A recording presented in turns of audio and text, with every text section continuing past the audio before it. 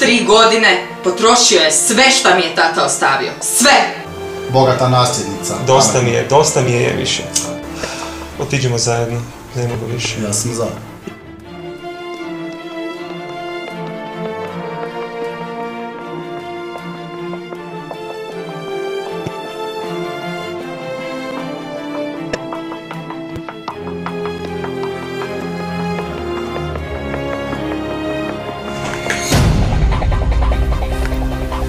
Ej, Renata! Kreš, Bran, šta je ovo? Daj smiri se pa... Šta radite vas dvojice tu? Maša! Pokazujem mu šta?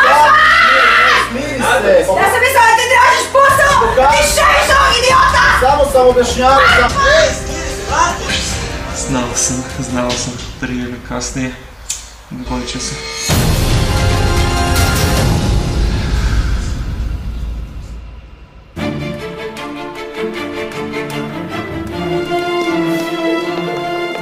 Branko je sve priznao Mojici.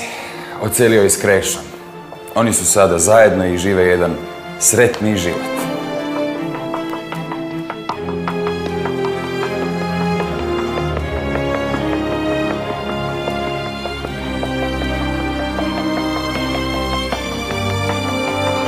Sara, moja Rubi je gotova. Molim?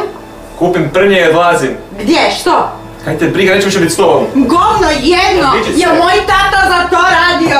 Ha? Tata. Ha? Marš van! Ništa neće dobiti! Marš van!